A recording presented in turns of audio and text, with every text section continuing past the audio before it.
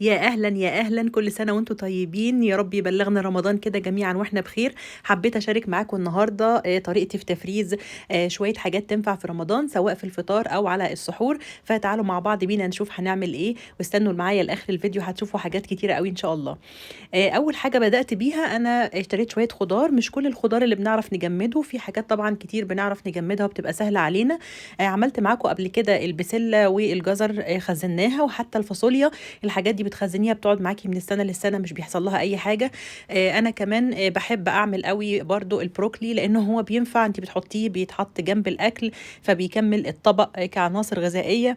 فلما بيبقى موجود عندك على طول مش محتاجه بقى ان انت تقفي وتقشري وتغسليه وتسلقيه. فطبعا الموضوع بيبقى ابسط عليكي سواء في رمضان او غير رمضان. فانا طبعا بنضفه كويس وبشيل طبعا القشره اللي بره، دي بتبقى قاسيه قوي في الاكل، فعشان تبقى سهله في الاكل وطريه كده.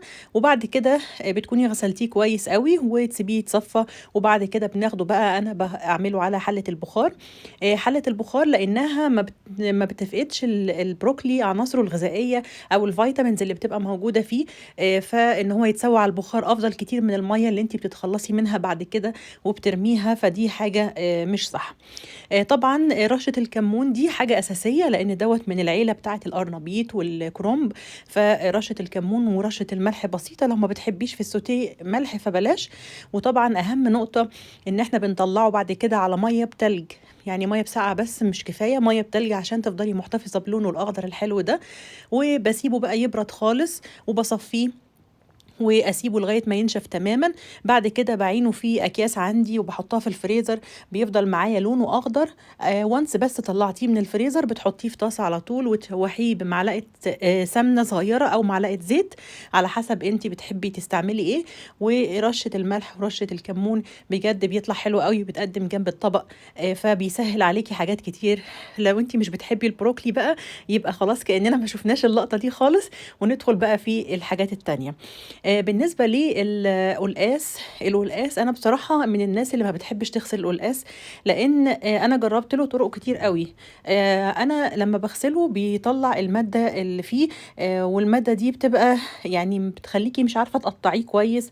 ولما كمان بتيجي تسويه في الأكل للأسف بتلاقي فيه زي الشوربة بتاعته نفسها بتكون تقيلة، قوامها تقيل ومش حلوة خالص في الأكل. فجربي كده الطريقة دي. أنا بغسله من بره يعني عشان انتي تبقي ضامنه اكتر. لو انتي بتقلقي من عدم غسيله، اغسليه من بره هو ستيل بقشرته زي ما هو، ولما تغسليه نشفيه على طول بعدها. بعد كده هناخده على فوط او على كيس عندك على الكاونتر نفسه، وهتبتدي بقى ان انت تقشري القشره الخارجيه البني اللي بره دي. بنشيلها بقى خالص، وبنشيل لو في اي نقط كده او حاجه بنشيلها خالص، وبقطعه مكعبات ما تكونش مكعبات صغيره قوي، علشان انت لما بتحطيه في الفريزر بيبتدي هو كمان الفريزر ده بيديله جزء من السوى. بمعنى ان هو بيكون لما بيطلع من الفريزر ويتحط في النار بيبقى وقت السوى بتاعه اقل. فلو انتي مقطعاه مكعبات صغيرة للأسف هو هيتهرى منك في الشوربة، ومش هيبقى حلو خالص. لو انتي بتقدميه أو في الأكل هتلاقيه يعني مهري بمعنى أصح. فانتوا عارفين القلقاس أصلا مش بياخد وقت في السوا خالص لما بتكوني منقياه كويس. لكن غير كده الافضل انك طالما هتفرزيه يبقى تقطعيه مكعبات تكون يعني نوعا ما متوسطه، علشان لو قعد معاكي بعد كده تقدري تستخدميه وانتي مش قلقانه. فانا بقطعه بعين على قد القلقاسيه اللي انتوا شايفينها دي، يعني بتعمل اكله كويسه جدا لاسره من 4 5 افراد. وبتشيليها في الفريزر وبتنسيه. بس الحاجة المهمة كمان اللي ما تنسيهاش ان انتي تعيني معاه السلق بتاعه. لو انتي بتعمليه بالسلق، لان بصراحة ده مش بيبقى موجود طول السنة. فانتي ما تنسيش وانتي بتفرزي القلقاس ان انتي تعملي معاه السلق. بنطلع الورقة الخضراء بتاعته وبنشوحه بشوية توم على طاسة. وبعد كده بنبتدي بقى بعد ما يخلص في الطاسة خالص بنحطه في الخلاط ونضربه مع شوية شوربة، وبعينه بخزنه في الفريزر في كيس عندي. بيفضل موجود طول السنة، مش بيجرى له أي حاجة. بطلع منه على قد طبخة القلقاس وبرجع عينه تاني. فدي برضو نقطة مهمة لازم تاخدي بالك منها.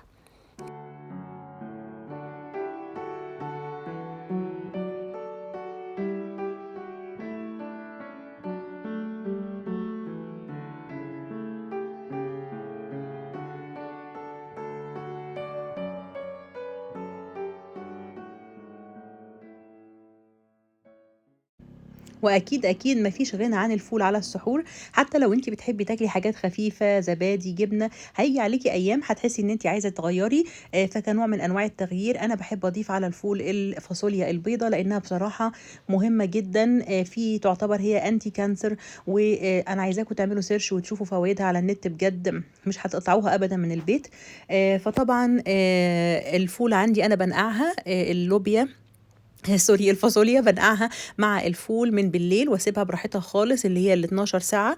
وطبعا دي اضافات اختيارية، انت حابة تضيفي يعني في ناس ما بتحبش تحط رز على الفول. فممكن بدل الرز لو انت عايزة تديله قوام كده بتحطي شوية من الغلة. او لو مش عندك، هي اصلا اوريدي الفاصوليا بتدي قوام حلو قوي للفول مع شوية العدس، فممكن تكتفي بيهم.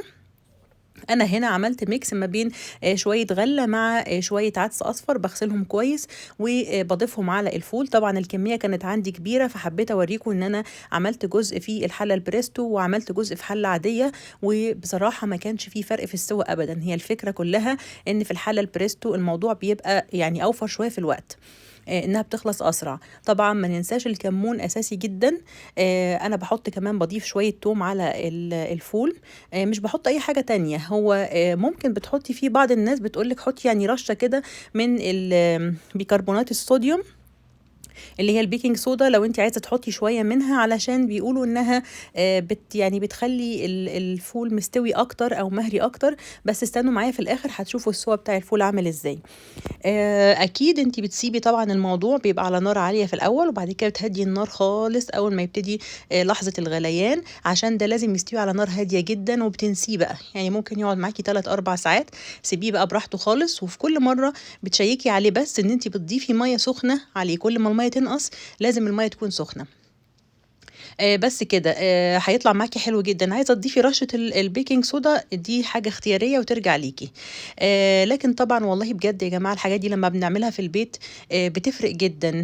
انا مش بتكلم من الناحيه الاقتصاديه بس، يعني انا عارفه ان من الناحيه الاقتصاديه اكيد هيكون اوفر عليكي، من ناحيه السعر ومن ناحيه الكميه، هتعملي كميه اكبر بسعر كويس. لكن انا بتكلم من الناحيه الصحيه، ان انت بتبقي ضامنه الحاجه نظيفه ازاي، انت عاملاها ازاي، الادوات اللي مستعملاها، الغسيل، انت حاطه اضافات ايه.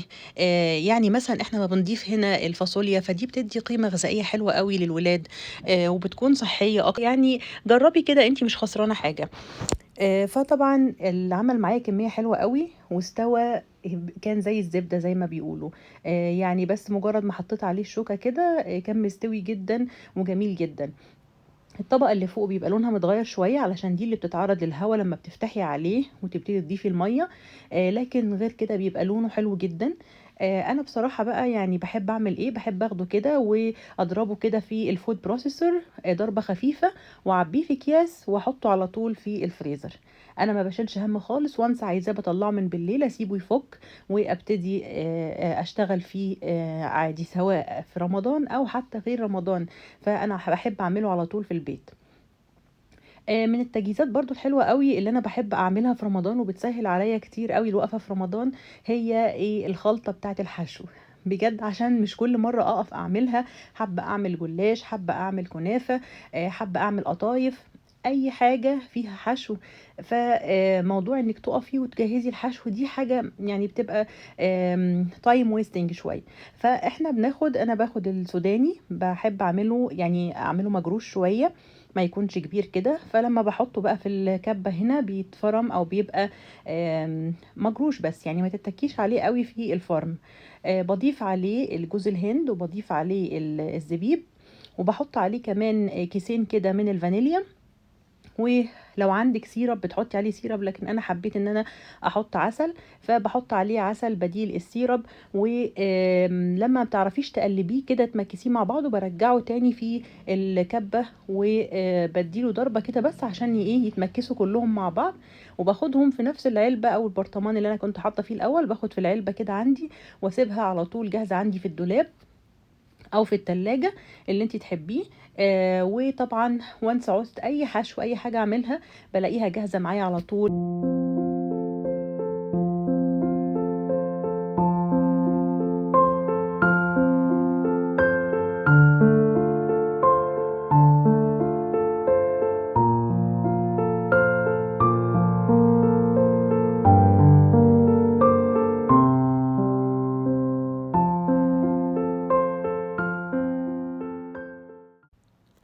ويا سلام بقى على مشروبات رمضان. عرقسوس، تمر هندي، كركديه، عناب، صوبيا. يعني بصوا مشروبات كتير قوي، ده غير بقى كمان لو في برتقان، في مانجا، في فراولة. يعني كل يوم على الفطار أكيد بتكوني عاملة نوع من أنواع المشروبات. فطبعا احنا بنحب قوي نعمل التمر هندي، فانا بجيبه. انا مش بحب اجيب اللي هو الاسانس او اللي هو بيبقى باودر وله ريحه كده واللون، بحس ان هو فيك قوي يعني. فانا بجيب التمر هندي الطبيعي، ومن بالليل كده خدته وحطيته مع شوية تمر، يعني دي إضافة كده من عندي. بحطه مع شوية تمر اللي هو بيبقى زي عجوة كده شوية، وبحط عليه مية سخنة واسيبه خالص لغاية الصبح. داب كده وبقى طري، لان طبعا انتوا عارفين اللفه بتبقى قويه كده وقاسيه. فانا بسيبه بقى في الميه السخنه براحته خالص. بكون خدت شويه كركديه وبغسلهم كويس قوي، لان طبعا بيبقى فيه اتربه عند العطار وكده. لكن بتغسليهم كويس واسيبهم في المصف، وبعد كده في شويه ميه ببتدي ان انا انقع الكركديه برضو واسيبه من بالليل لغايه ما يديني اللون بتاع الكركديه الحلو ده.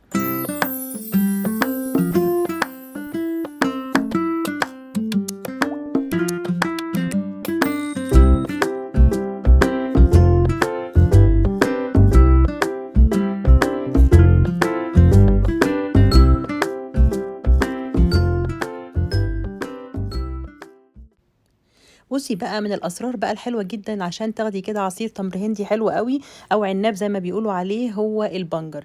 وما تستغربوش من البنجر، لان البنجر حاجه من الحاجات الساده او اللي ملهاش طعم. هو بيديني لون قوي جدا. فانا دايما بحب يبقى عندي بنجر كده بحطه في الفريزر بخزنه، ببقى جايباه مقشراه وسلقته وضربته كويس. وخدت زي ما انتم شايفين هي مغرفه واحده، حطيت مغرفة واحدة منه. وابتديت ان انا اصب كمان الكركديه، كمان من الحاجات اللي هتعزز اللون قوي مع التمر هندي. ببتدي بقى ان انا كده بالهراسة كده، يعني اعمل بلندنج بقى للحاجات دي كلها مع بعض، عشان نشوفوا اللون قد ايه. اللون باين من اولها كده. لونه جميل جدا، مش لونه باهت. ناس كتير بتشتكي قوي لما تيجي تعمل تمر هندي في البيت ان هو مش بيطلع زي بره. على الرغم من ان يعني التمر هندي اللي بتشربوه بره ده يا جماعه مش تمر هندي خالص. زي ما قلت لكم كده. فيعني دلوقتي انا خدته الموضوع بسيط خالص. انا باخده في مصفى كبيره كده، ببتدي بقى اصفي بقى. طبعا انتوا بتبقوا عارفين التمر الهندي الطبيعي ده بيكون فيه البذر بتاعه. فبصفيه كويس جدا بالهراسه لغايه ما اخلص كل الجوس اللي بيطلع منه. وبشيل بتخلص بقى من البذر ده. فبيتفضل لي بقى ده كده مركز التمر هندي، يعني عشان تقدري تاخديه بقى وتعينيه عندك في الفريزر. وتحتفظي بيه وقت ما تعوزي بتطلعي وتخففي بالميه اللي انت عايزاها على حسب انت بتحبي القوام بتاعه ايه. طبعا لونه كان تحفة ما شاء الله، حلو جدا. كقوامه كان مركز. وحسيت ان هو اداني قوام مركز وتقيل كده. فطبعا انا يعني بصراحة من عشاق التمر هندي جدا. فهاخد اعين في الفريزر، وحبيت ان انا اجرب معاكم كده. نعمل كوبايه كده مع بعض. عشان تعرفوا تشوفوا اللون بتاعها. طبعا يعني في كل ده، الناس اللي بتحب الحاجات دي بسكر، انا نسيت اقول لكم على السكر خالص، لان انا للاسف ما بعملوش بسكر. فطبعا لو انت بتحبيه بسكر بتضيفي السكر اللي انت عايزاه وتحليه براحتك جدا. فيعني زي ما انت عايزه. انا عشان مش بحط سكر عليه، انا بحب التحليه في وقتها. وساعات بعمله بسكر دايت، فما بستعملش السكر العادي. وعلشان ناخده بقى يعني مور فاين اكتر، فاحنا بمصفى كده. حسيتي ان انتي ستيل عندك في شوائب، بتاخدي مصفى بقى بتكون الفتحات بتاعتها ضيقه، وتبتدي بقى تصفيه. وانتي وانا بعمله، انا صفيت قدامكم شويه عشان بس كنت حابه اوريكم وانا بعمله ازاي. وبضيف عليها الميه، وابتدي احط بقى احليها زي ما انا عايزه. سكر دايت او سكر عادي زي ما تحبي. وصبتها انا بحبه بالتركيز وما يكونش خفيف قوي. بجد كان طعمه جميل قوي، ومن المشروبات اللي هتستمتعوا بيها جدا في رمضان.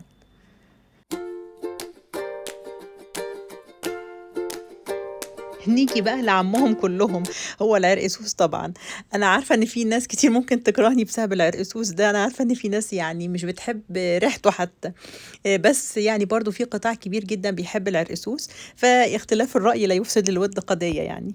العرقسوس طبعا انتوا عارفين من الحاجات اللي هو فيه زيوت طيارة جامدة قوي. فانت مجرد بس ما تفتحيه كده بتلاقي الأبخرة بقى بتاعته والريحة بتاعته والبهدلة في كل حتة. فأنا طبعا عشان يعني احنا من محبين العرقسوس وبنحب نعمل بنعمله في رمضان، فبيبهدل الدنيا معايا كل سنة وبيبقى متعب جدا. فأنا يعني فكرت ليه لأ إن أنا يعني ما استعملش العجان نفسه في إن أنا أعمل بيه العرقسوس بدل الطرق التقليدية. فطبعا انتوا عارفين في كذا كف بيبقى للعجان. فيعني انا جربته مرة بالكف اللي هو عليه حرف الكي، وقلت المرة دي اجربه معاكم بالكف اللي هو اللي بيكون طري شوية. فقلت بحيث ان هو يعني ايه يبقى الموضوع مرن واسهل اكتر. وطبعا فكرة الغطا بتاع العجان ده بجد مهم جدا في حاجة زي كده، لان العرقسوس من الحاجات اللي بتبهدل الدنيا، هيبهدل الدنيا في اللف وفي الأبخرة بتاعته وفي الحاجات اللي بتتطاير منه دي. فطبعا احنا يعني هو نص كيلو هيعمل عندي كمية حلوة جدا. بحب احط عليه قوي كمان، لازم عشان اللي هو بنقول عليه تخمير العرقسوس. فانتي بتحطي عليه بيكنج صودا، مش بتاعة الكيك، لا البيكنج صودا التانية. بتحطي رشة كده بسيطة منه، وبضيف عليه مية تكون فترة. يعني الميه ما بدها دي مش معنى كده ان الميه سخنه، لا ده هو بيطلع الابخره بتاعته. واضيف عليه ميه فتره، وابتدي بقى اسيبه براحته على الهادي خالص، على حسب ما تشوفي لونه ابتدى يتغير معاكي. ما اقدرش اديكي يعني وقت محدد عشان كل عجان غير التاني. اول ما اللون يبتدي يتغير كده ويتحول للون البني الفاتح ده، ببتدي اسيبه زي ما هو كده في الحله بتاعه العجان ومقفول عليه، ده اسمها تخمير العرقسوس. فبسيبه يتخمر زي ما هو كده حوالي ربع ساعة قبل ما ابتدي ان انا اشيله واعينه واتعامل معاه كده. لكن هو كده انا بوريكم ان انا كنت خلاص يعني عملته، واللون فعلا ابتدى يتغير، بيديني بقى الريحه الحلوه قوي بتاعه العرقسوس. ارجو الناس اللي ما بتحبش العرقسوس ما تزعلش مني بسبب الفيديو ده.